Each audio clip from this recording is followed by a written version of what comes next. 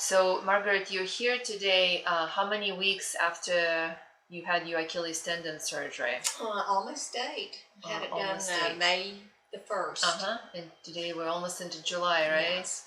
So you were sent to me by another podiatrist, Yes. right? And you and Dr. Lupshin have tried multiple things to try to get your Achilles tendon to behave, Yes. and it didn't really work, No. right?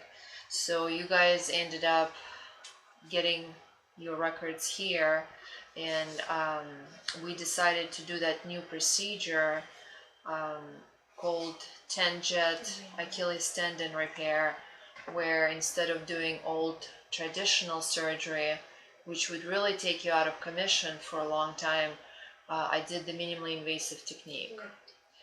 So speak up. Well, it's 100% better than it was, and like you said, it was minimally invasive, and I've done great. So you were off your foot completely for 1 week. For 1 week, and then you wore a boot for one additional week, right? And then, we did the lasers, physical therapy.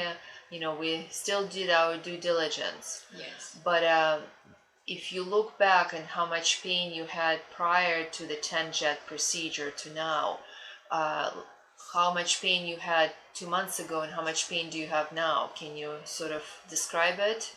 Compared to 2 months ago, I would say none.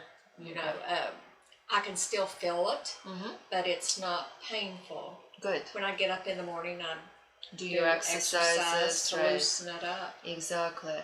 Well, the beauty of the TenJet also is instead of masking the problem, we're sort of fixing it, right? And we're not cutting the tendon, which obviously is associated with more wound dehiscence and scar tissue. We're sort of fixing it.